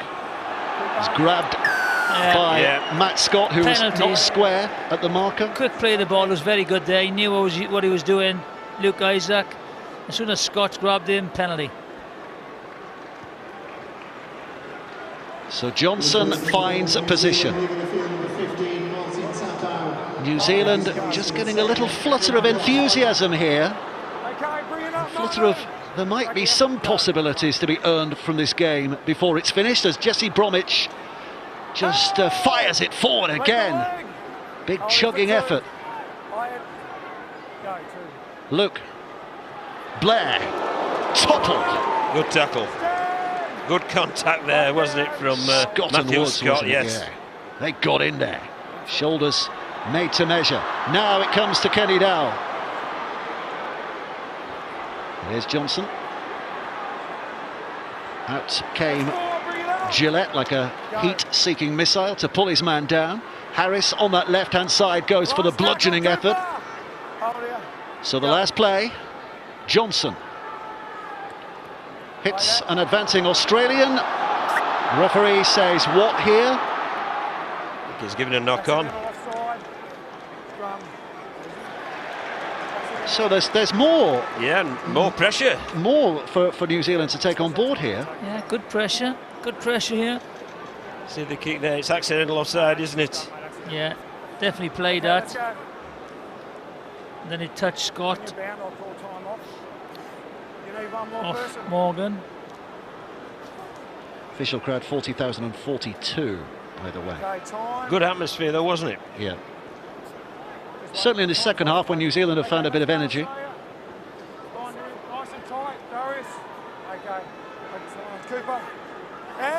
Harris with a feed. It's Johnson again now who brings it to this right-hand side. On comes Kevin Proctor, who's lost the ball, but illegally stolen. Yeah, I think it was Thurston, wasn't it? Two men in the tackle and Thurston reefed the ball out, so it's another set for New Zealand in a very good attacking position. Blair inside for Tomalolo. Big machine coming forward again. 5 away. New Zealand in decent position. It's slow. Now it's played. Isaac Luke goes left and then decides there's not happening there, so we'll go right. And Blair tries to bury himself underneath Australian defenders.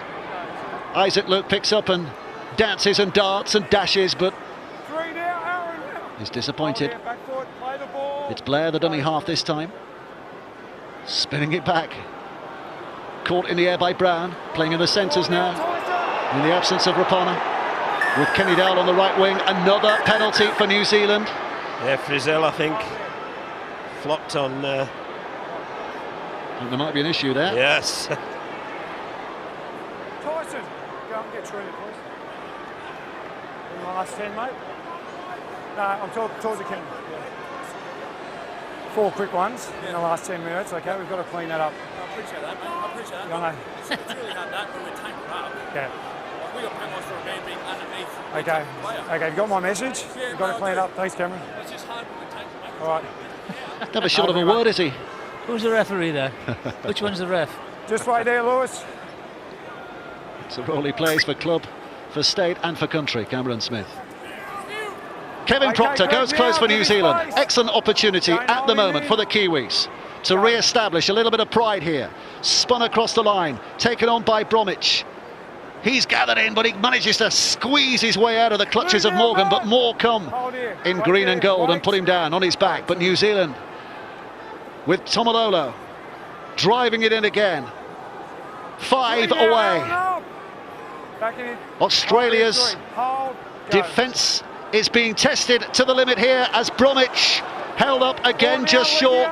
They don't want to give anything away, this side in green and gold. The Kiwis desperate to get over there. Johnson again, skipping in, puts it back to Kahu. Quick hands, helped on its way by Lewis Brown, but on its way into touch, not into the hands of his teammate Kenny Dowell. Well, decision making has been excellent for Australia with ball in hand, but that was an instance when decision making was excellent when New Zealand had ball in hand. He noticed Greg Inglis that they'd got 3 on 2. He put the skill under pressure. His wingman followed him as well, putting the skill under pressure again. And obviously the ball ended up over the sidelines. That was a great defensive effort from both wingman Valentine Holmes and centre Greg Inglis. Wait there. Okay, that's fine. Okay, let's go. Here we go, Cameron. It's all right there. Okay. Thurston to feed the scrum here. Australia have been reduced to just the 1 try in this second half. Darius Boyd just after the break, but since then Kiwis are playing with plenty of pride and passion. But they've given away another penalty here, which means that this set will occupy a great deal of their own territory.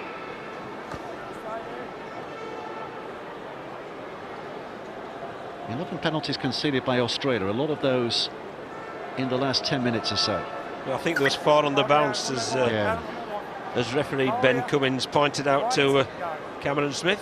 Yeah, they are clinical as well. You know, when they're under pressure in their own 20 metre, they will give a penalty away. So it's up to the referee to referee it and, you know, use the cards. They'll give the penalty away because they trust their defensive Here we capabilities. go, here we go.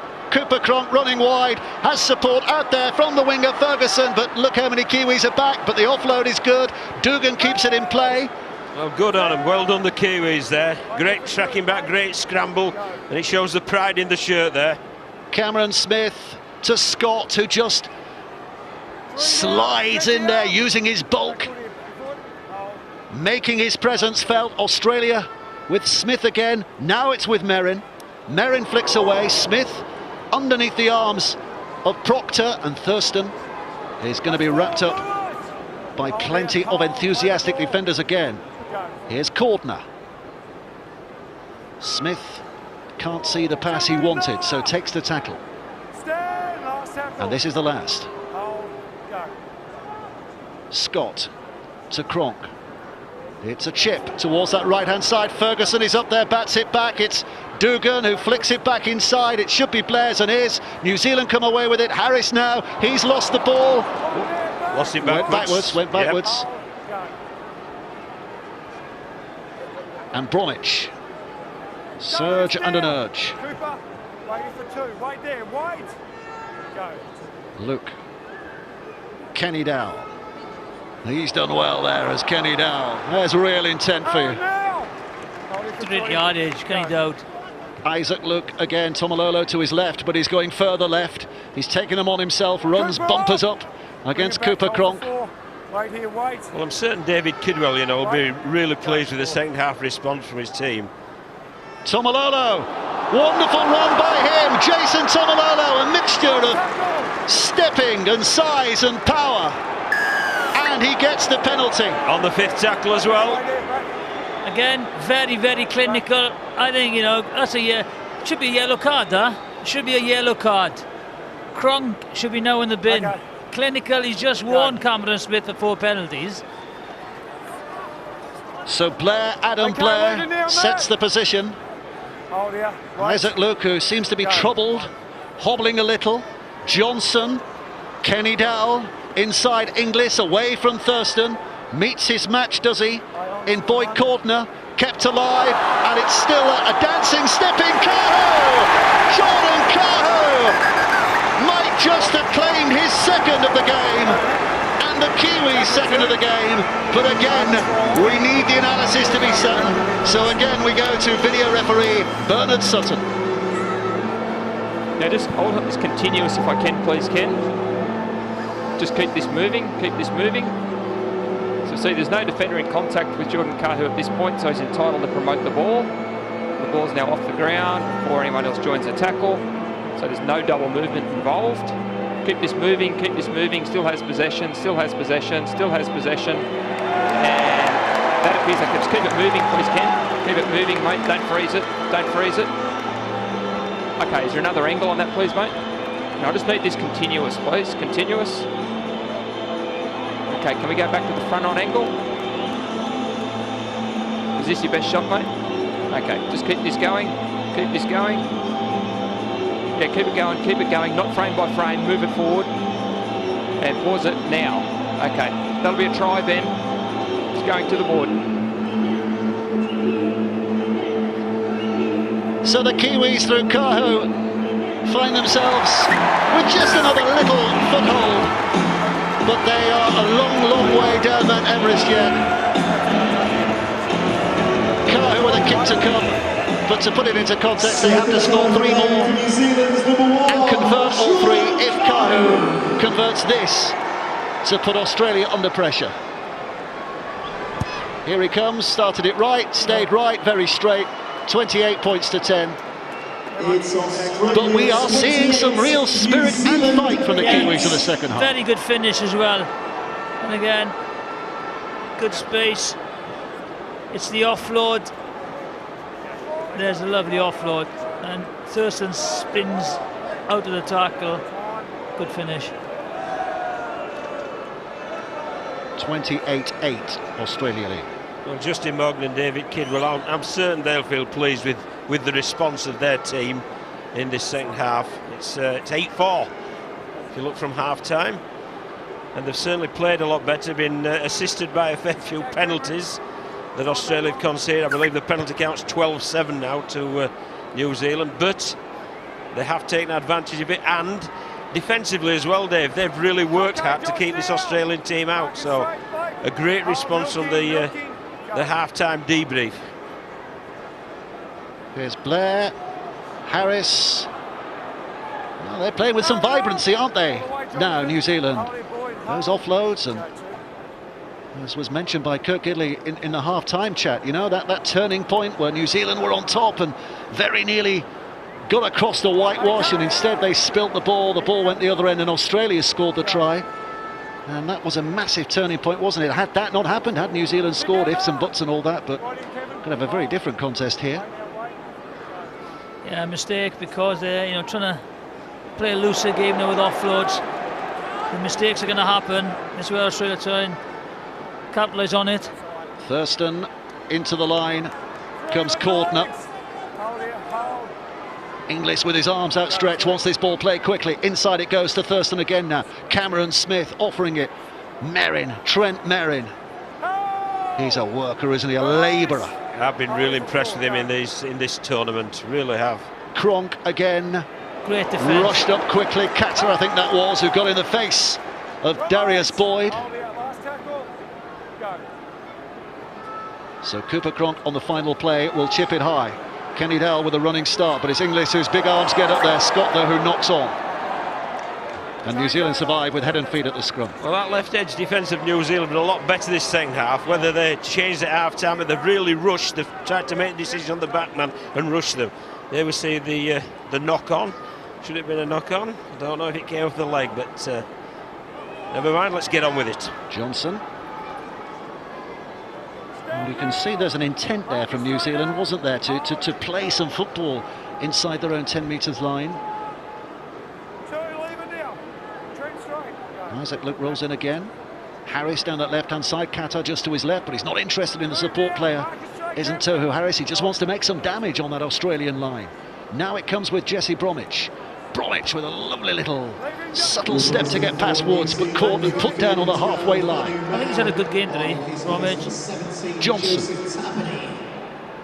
Proctor. Showing the dummy.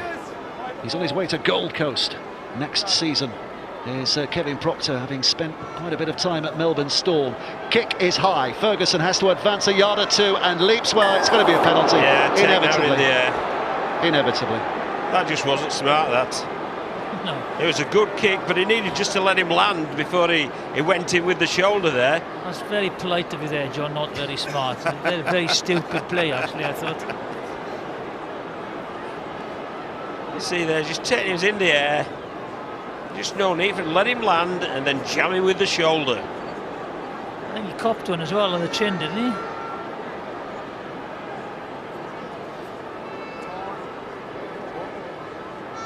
He's okay. Blake Ferguson. We saw Joseph Tapine getting his tummy tickled at half-time. Did you see that? The shots inside the dressing room. What was that all about? So I didn't really notice it, Dave, to be honest. Didn't really notice it, Dave. I couldn't take my eyes off it. If you'd have seen it, you wouldn't have been able to take your eyes off it either. It's like a baby having indigestion or something. Yeah, all right, all right. Anyway, Australia back towards the halfway line, wanting to finish with a flourish here. 7 minutes of the game to go, 7 minutes of the season remaining. It's been a memorable season, so many reasons. Both sides of the world. Cronulla with a great story, winning the NRL Grand Final. Wigan through adversity, winning the Grand Final here. That wonderful Challenge Cup story that Hull FC have penned this season as well. The £1 million game. So many reasons to remember this season. But we are belatedly going to be taking our hats off to this Australian side, who bring the curtain down in style. Them finish it. Last play, where does it go? Smith to Thurston. Here comes the run of Cordner, who's bullying his way over the line. Boyd Cordner might just have written the last word on this 2016 season. Never any doubts really from kick-off, but Australia are going to be crowned Four Nations winners 2016. It's a brilliant angle again from the second rower, but just watch, who it comes off. They're going to hit centre field. They have options either side, with either Cronk on the right-hand side and Thurston on the left-hand side. And then it all depends where Darius Boyd sees the weakness. He comes in to create, the overlap. But this is the take and the penalty, which gave him a penalty to get good field position. This is the finish. Yes, it was Cronk on the right, Thurston. What a ball, with Inglis on the outside. It's a great finish. Well, it was as if Australia were annoyed that they weren't winning the second half, wasn't it? And all of a sudden they decided to say, hey, we'll level it and hope that Thurston can claim the second half for them. But that was a really well executed play there.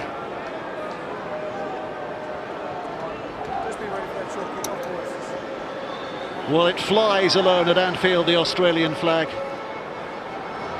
And they have come through a few storms, not many. But they've painted their own golden skies, haven't they? Stop now. Thurston with a kick. 32 points to 8 as it stands. Jonathan Thurston looking to add another 2 points to his Test match tally, and he does. 34 points to 8. Australia lead. Once again, the preeminent international rugby league nation. Look how well Thurston takes the ball right to the line, and it's a real aggressive line on the inside shoulder, and over he goes, crashes over the whitewash. Real good try. I'm sure Mal Meninga will feel that job done, and job done with some style, especially that first half. 4.5 minutes to go. There might be more fireworks to come yet. Australia won't be content to finish there. They'd love to get it to the 40-point mark. It's getting a bit fiery backstage again there with the Kiwis and Aussies behind the play. Smith. Yeah, Bromwich and Scott did a... Perhaps that fire should have been after minute 5, not 75. Woods.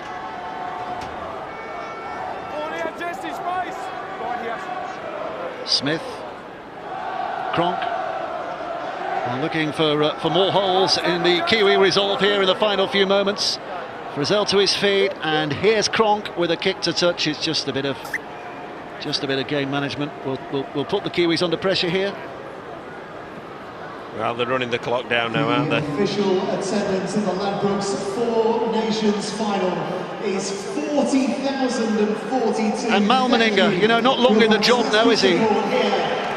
Only took over as head coach of Australia this year, but unbeaten, winning coach every time they've taken to the field, and impressively winners every time they've taken to the field.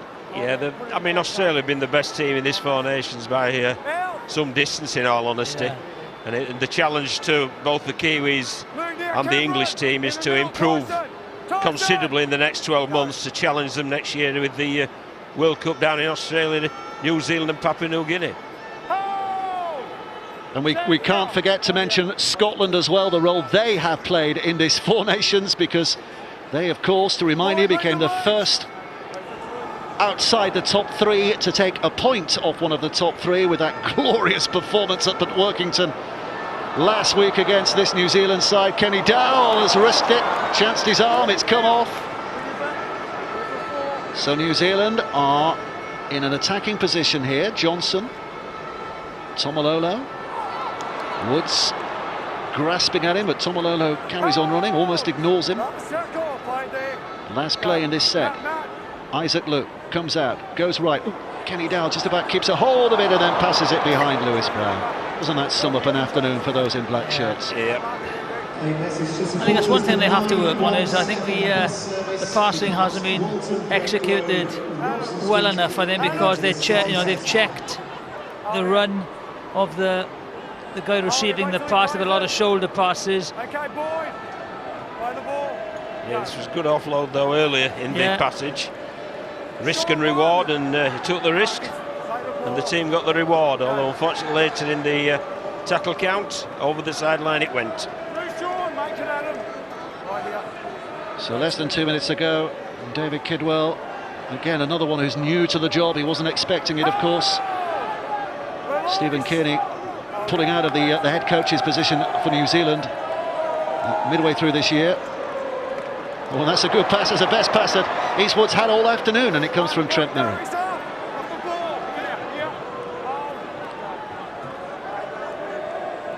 Kenny Dow. A minute and 10 seconds to go. It's getting a bit sloppy, isn't it? I think both teams are looking for the minute 80 on the game clock, and they'll be happy to put their feet up after a very long season. Luke Blair. Luke in a dummy half. Final time New Zealand will have the ball in their hands in this game. Johnson, a big dummy from him, and then he skips back the other way. This is Blair, whose pass was not forward. The referee says play on, but Kevin Proctor's dragged down. So the sixth tackle coming up. Johnson is going to run it. Johnson skipping, drops it back. Great stuff from Kahu between the legs. Kenny Dow back on the inside. Olays from the crowd. Eastwood drops it back to Tomalolo. Now it's with Isaac Luke.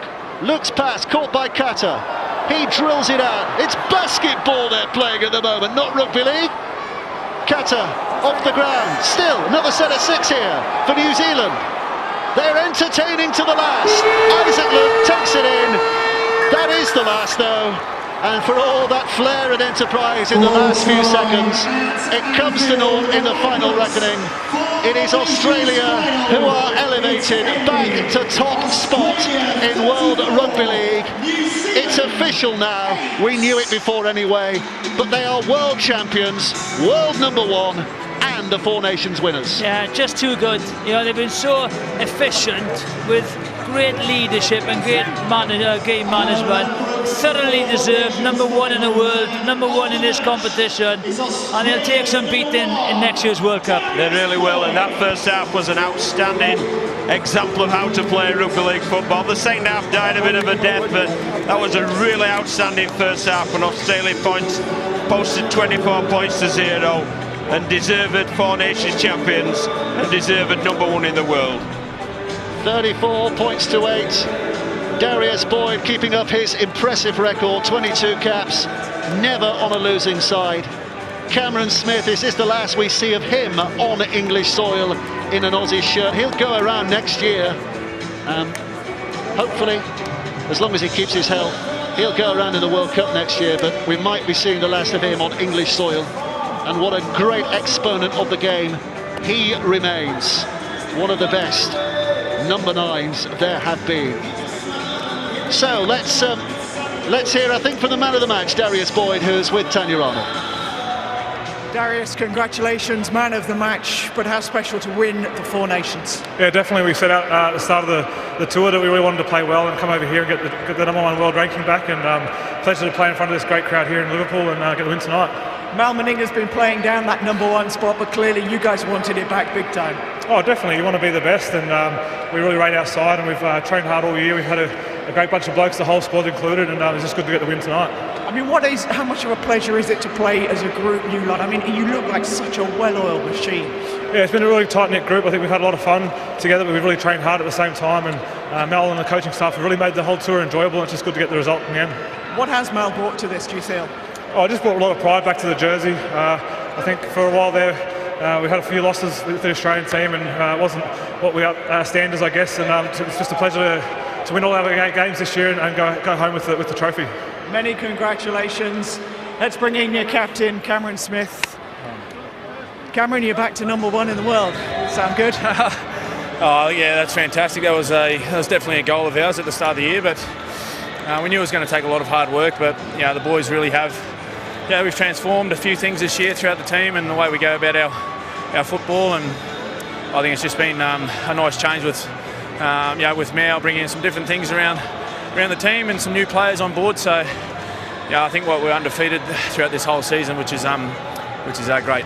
When you say you've transformed things, I mean, you've always looked pretty good.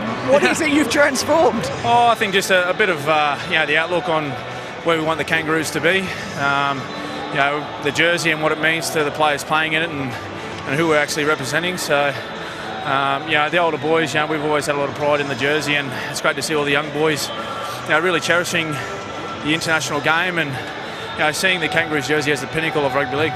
And how much do you feel you are building and looking towards that World Cup and retaining that?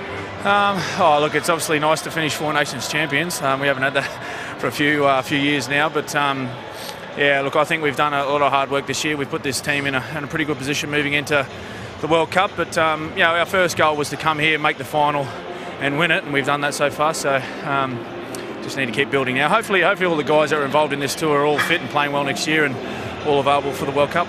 Enjoy lifting that trophy. Well, let's bring in another of your long-time teammates, Jonathan Thurston. Jonathan, you've said before that you think this is probably your last game in this country. What a way to go out for you.